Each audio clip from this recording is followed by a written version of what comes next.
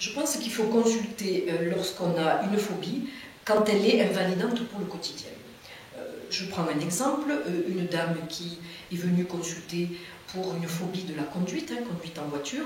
Après plusieurs séances de thérapie, s'est rendue compte qu'en effet, par un fonctionnement familial, elle était assez, on va dire, dépendante de son entourage, et elle avait du mal effectivement donc à conduire, à gérer sa vie. C'est elle-même qui l'a découvert en travaillant sur elle-même. Donc tout ça pour dire que la question des mots est très, très importante. La phobie révèle une peur qu'on connaît, qu'on a identifiée, qu'on peut verbaliser, mais qui est souvent révélatrice de notre conflit psychique inconscient. Et l'intérêt de venir consulter, c'est de dénouer, c'est d'identifier quel est ce conflit inconscient.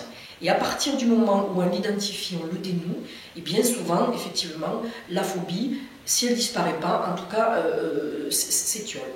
Il y a la phobie du vide, les phobies sociales. Il faut savoir que pour une même phobie, ça ne va pas vouloir forcément dire la même chose pour les uns et pour les autres. C'est vraiment du cas par cas. C'est pour ça que la thérapie est un travail sur mesure, en fonction de l'histoire de chacun. La phobie du vide, effectivement, le vide n'a pas le même sens chez chacun, n'a pas la même histoire.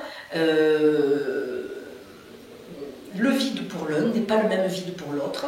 Les phobies sociales peuvent cacher des problèmes de confiance en soi, etc. etc. C'est pour ça qu'il est très important de venir consulter pour que chacun puisse comprendre et mettre des mots sur quelle est l'émotion qui se cache derrière et quel est ce conflit inconscient qu'il faut dénouer et qui se cache derrière cette phobie.